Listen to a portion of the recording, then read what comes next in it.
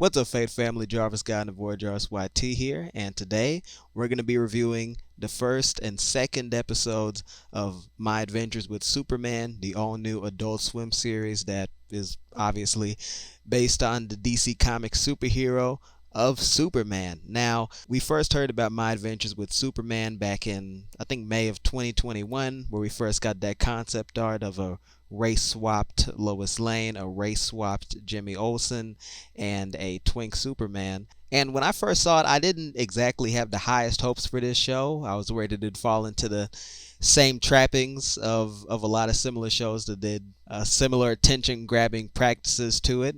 But I sat down and watched My Adventures with Superman, and this is honestly a pretty decent show. It reminds me a lot of the Voltron series that used to come on Netflix. I think the animation was done by the same studio, but I think My Adventures with Superman, it really is one of the best takes on Superman that I've ever seen.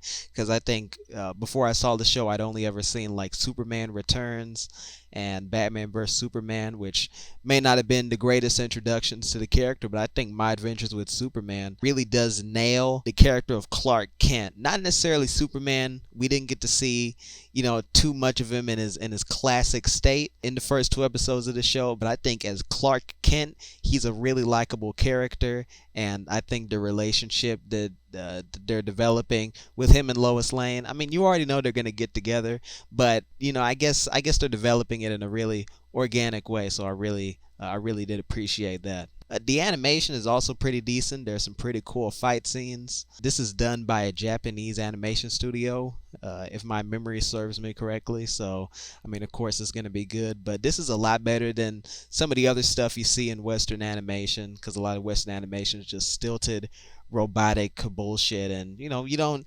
I mean, My Adventures with Superman does sort of have that, but the character designs are so well done that you can forgive it. And you could say that about a lot of anime and anime inspired TV series. And another thing is that, the tone of this show sort of confuses me because this is an Adult Swim show, but this very easily could have been on Cartoon Network. I'm not entirely sure what the whole story with that is. I don't know if this was originally a show for Cartoon Network, but the tone was sort of confusing to me. It's kind of like the Clone High reboot.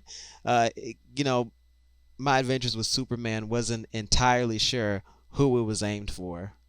And it's very weird to me that it was on Adult Swim. But hey, you know what? Adult Swim is like more successful than Cartoon Network at this point. So My Adventures with Superman has, a better future on Adult Swim. And I say go ahead and put it there. I don't care how kiddie it is. Just fucking man. I'm down with this show. I'm going to be watching all the way through. Maybe I'm just desperate for a new show to watch, but My Adventures with Superman, it really does hit all the right notes for me, and if I had to give it a score, it'd be a solid 7.5 out of 10. It's not quite an 8 out of 10 territory, but I'm sticking with it because I think it can get there, and it was honestly just a really fun set of 22-minute episodes. But either way, man, that's all I have to say about My Adventures with Superman.